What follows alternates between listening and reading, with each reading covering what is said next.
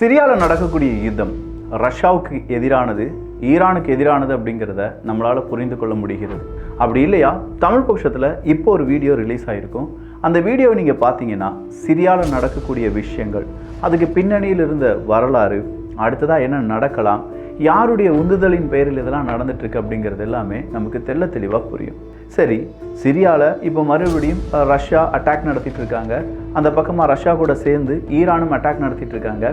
ஆனால் இதெல்லாம் ஒரு புறம் இருக்கும்போது உக்ரைனுடைய அதிபர் ஜெலன்ஸ்கி அவர்கள் என்ன கேட்குறாரு, அடுத்ததாக அவருடைய அந்த ஒரு டீல் அப்படிங்கிறது என்ன, அந்த டீல் சரியாச்சுன்னா ரஷ்யாவுக்கு எவ்வளோ பெரிய பிரச்சனைகள் வரும், இதை தான் இந்த ஒரு அப்டேட்டில் பார்க்க போகிறோம். டிபி டூப்ஸ் எல்லாத்தையும் பார்த்துடலாமா?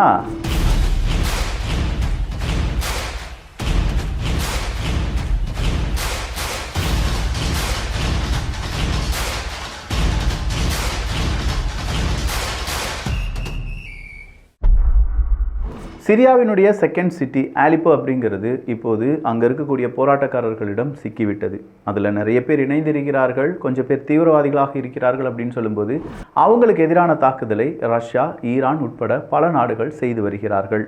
இந்த நேரத்தில் உக்ரைனுடைய அதிபர் ஜெலன்ஸ்கி அவர்கள், எப்பா எங்களுக்கு தேவையான ஆயுதங்களை நீங்கள் தரமாட்டிக்கிங்க, அந்த ஆயுதங்கள் கிடைச்சிச்சுன்னா நாங்கள் என்ன செஞ்சிருவோம் தெரியுமா அப்படின்னு சொல்லி கேட்குறாங்க. ஆனால் ஜெலன்ஸ்கி அவர்கள் இதை நார்மலாக ஆயுதங்கள் வேணும் அப்படின்னு சொல்லி கேட்கல. அவர் கேட்பதே வித்தியாசமாக இருந்தது.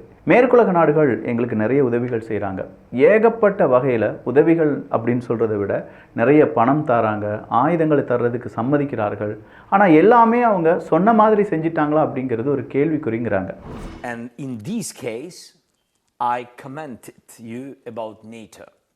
Yes, NATO immediately. எல்லாமே அவங்க சொன்ன மாதிரி செஞ்சிட்டாங்களா? இந்த இடத்துக்கு வந்து நிற்கிறாரு ஜெலன்ஸ்கி அவர்கள். எங்களுடைய மக்களை, அங்கே இருக்கக்கூடிய யங்ஸ்டர்ஸை, நீ வாப்பா வந்து போர் பண்ணு, அந்த இடத்துக்கு போ அப்படின்னு சொல்லி என்னையால் அனுப்பிவிட முடியும். யார் சொல்கிறா? ஜெலன்ஸ்கி அவர்கள் சொல்கிறாங்க. அங்கே இருக்கக்கூடிய இளைஞர்களை அந்த இடத்துல போய் அட்டாக் பண்ணுன்னு சொல்லி அனுப்பிவிட முடியும். ஆனால் எதை கொண்டு போய் அட்டாக் பண்ணுவான்? அவன் கையில் நான் எதை கொடுப்பேன்? அவன் கையில் ஒரு ஆயுதம் இருந்தால் தானே அதை வச்சு அட்டாக் பண்ணுப்பா அப்படின்னு சொல்ல முடியும். அப்போ இந்த ஆயுதங்களுடைய குறைபாடு தான் எங்களுக்கு இருக்கக்கூடிய மிகப்பெரிய நெகட்டிவ். இதை மட்டும் மேற்குலக நாடுகள் சரி பண்ணிட்டாங்கன்னா வேறு லெவலில் நாங்கள் ரஷ்யாவை போட்டு தள்ளிடுவோம். இதுதான் எங்களுடைய பெரிய பிரச்சனையாக இருக்குது அப்படிங்கிறார்.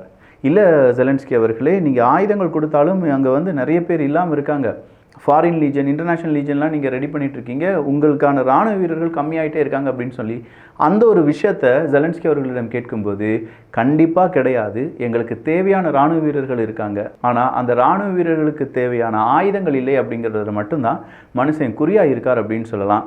சரிப்பா, இராணுவ வீரர்கள் வந்துட்டாங்க, ஆயுதங்கள் வந்துருச்சு, மனித இழப்புகள் இனிமேல் நிறைய இருக்கும், இதெல்லாம் தாண்டி எப்போது நீங்கள் இந்த போர் முடிவுக்கு சம்மதிப்பீர்கள் அப்படின்னு சொல்கிற ஒரு கேள்வி கேட்கப்படுது. ஜெலன்ஸ்கி அவர்களை பொறுத்த வரைக்கும் போர் முடிவை அவர் அவருடைய இஷ்டத்துக்கு எப்படி வேணாலும் சொல்லிக்கிட்டே இருப்பார்.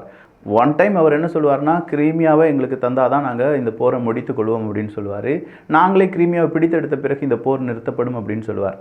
இப்போ இந்த மனுஷன் என்ன சொல்லியிருக்காருன்னா, போர் வந்து நிப்பாட்டப்படுவதற்கான வாய்ப்புகளை நிறைய நாடுகள் கேட்டுட்ருக்காங்க. என்னை பொறுத்த வரைக்கும் இந்த போருக்கு பதிலாக உனக்கு என்ன வேணும் அப்படின்னு கேட்டால், நேட்டோ மெம்பர்ஷிப் வேணும், எங்களுக்கு நேட்டோ மெம்பர்ஷிப் தந்துட்டிங்கன்னா போரை நிப்பாட்டுவதற்கான அந்த முயற்சியில் நாங்களும் வந்து ஈடுபடுகிறோம் அப்படின்னு சொல்கிறார். ஸோ ஜெலன்ஸ்கி அவர்களுடைய மெயினான ஆம்பிஷன் என்னென்னா நேட்டோ மெம்பர்ஷிப், ஐரோப்பிய ஒன்றியத்திற்கான அந்த மெம்பர்ஷிப் தான். ஆனால் நேட்டோ, ஐரோப்பிய ஒன்றியத்திற்கான இந்த மெம்பர்ஷிப் அப்படிங்கிறதுலாம் உடனடியாக உக்ரைனுக்கு கிடைச்சிருமான்னு கேட்டால் பல வருடங்களாக அதுக்காக போராடிட்டு இருக்காங்க.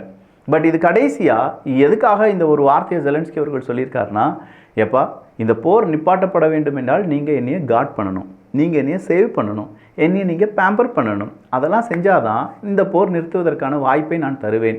என்னுடைய நாடு அப்படிங்கிறத விட நான் நேட்டோக்குள்ளே வந்துட்டேன்னா ரஷ்யாவால் உக்ரைனை தொட முடியாது, உக்ரைனை தொட்டால் நேட்டோ நாடுகள் ரஷ்யாவை போய் அடிப்பாங்க அப்படின்னு சொல்லி ரஷ்யாவுக்கு பயம் வரும்.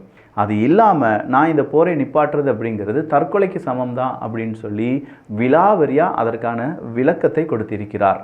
அடுத்ததாக வடகொரியாவும் ரஷ்யாவும் இரண்டு பேரும் மறுபடியும் ஒரு அக்ரிமெண்ட்டுக்கு சம்மதித்திருக்கிறார்கள். அது பூஸ்ட் மிலிட்ரி டைஸ் அப்படிங்கிறது தான். மிலிட்ரி ட்ரைஸில் ஆல்ரெடி 2 நாடுகளும் ஒன்றிணைந்திருக்கிறார்கள் அப்படிங்கிறது தெரியும். பட் இன்னும் கொஞ்சம் அதிகப்படுத்தலாம். இன்னும் கொஞ்சம் வெப்பன்ஸ் எனக்கு உனக்கு தேவையான ஆயுதங்களை நான் தரேன், உனக்கு தேவையான இராணுவ வீரர்களை நான் உனக்கு தரேன், எனக்கு தேவையான டெக்னாலஜி ட்ரான்ஸ்ஃபர் தான் அப்படின்னு சொல்லி மாற்றி நெகோஷியேட் பண்ணி இப்போ அடுத்த லெவலுக்கு ரஷ்யா மற்றும் வடகொரியா சென்றிருக்கிறார்கள். ஸோ 2 நாடுகளுடைய நட்பு கண்டிப்பாக அமெரிக்கா மற்றும் உக்ரைனுக்கு பெரிய தலைவலியாக மாறி வருகிறது என்பதும் குறிப்பிடத்தக்கது. அடுத்து வந்திருக்கக்கூடிய அப்டேட்னா ரெயின் மெட்டல் அப்டேட் தான். ரெயின் மெட்டல் அப்டேட் லித்துவேனியாவில் அவங்க ஒரு ஃபேக்ட்ரியை நிறுவ போகிறாங்க அப்படிங்கிறத நம்ம செய்திகளாக பார்த்துருந்தோம் ஒரு 4-5 மாதத்துக்கு முன்னாடி. அப்போ இந்த ரெயின் மெட்டல் அப்படிங்கிறவங்க இந்த ஃபேக்ட்ரியை நீங்கள் லித்துவேனியாலாம் வைக்கக்கூடாதுப்பா அப்படின்னு சொல்லி ரஷ்யா கண்டனத்தை தெரிவித்திருந்தார்கள். இன்றைக்கி அதற்கான அக்ரிமெண்ட் அப்படிங்கிறத சைன் பண்ணியிருக்காங்க. ரெயின் மெட்டல் லித்துவேனியாவில் ஒரு ஃபேக்ட்ரியை நிறுவ போகிறார்கள். அது ஒரு அம்யூனேஷன் பிளான்ட்டாக இருக்க போகுது. அதுக்கு தேவையான அத்தனை நடவடிக்கைகளும் 2 நாடுகளும் சேர்ந்து ஈடுபடும் அப்படின்னு சொல்லியிருக்காங்க. லித்துவேனியாவிலிருந்து இந்த ரெயின் மெட்டாலினுடைய ஃபேக்ட்ரி அப்படிங்கிறது 2026-27க்குள்ளே செயல்பட தொடங்கும் அப்படின்னும், உக்ரைனுக்கு தேவையான ஆயுதங்களாக இருக்கட்டும், ரஷ்யாவுக்கு எதிரான பலவிதமான நாடுகளுக்கு தேவையான ஆயுதங்கள் இந்த ரெயின் மெட்டலினுடைய புதிய கிளையிலிருந்து உருவாக்கப்படும் அப்படிங்கிற தகவல் வெளியாகி இருக்கிறது. எப்பா உள்ள ஒரு ஃபேக்ட்ரி வரவே கூடாதுன்னு சொன்னோம், நீங்கள் அதுக்கான டேட்டையும் அறிவிச்சிருக்கீங்க.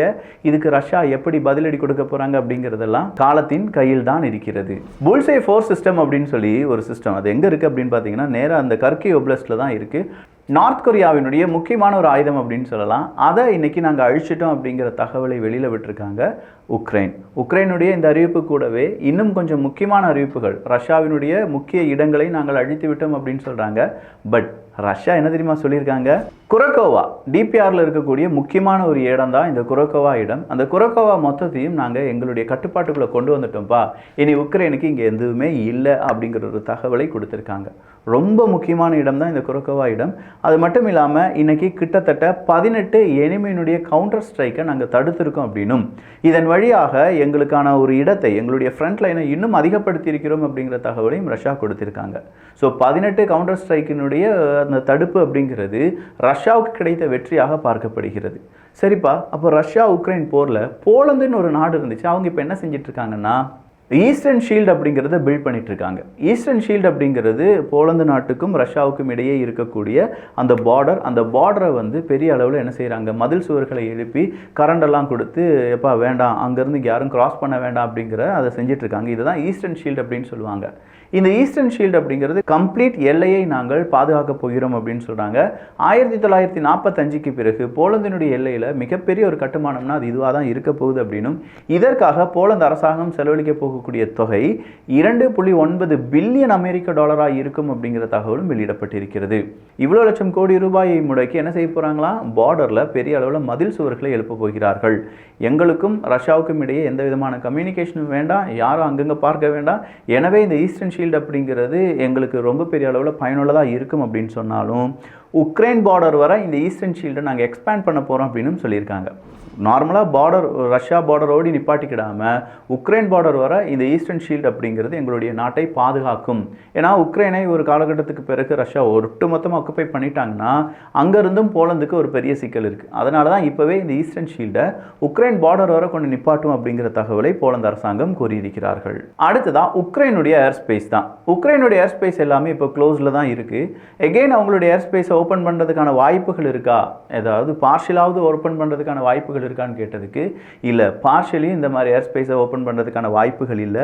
எகெயின் அதை ஓப்பன் பண்ணோம்னா ரஷ்யாவினுடைய தாக்குதல் கண்டிப்பாக இதே மாதிரியான ஏர் ஸ்பேஸில் நிறையவே இருக்கும்.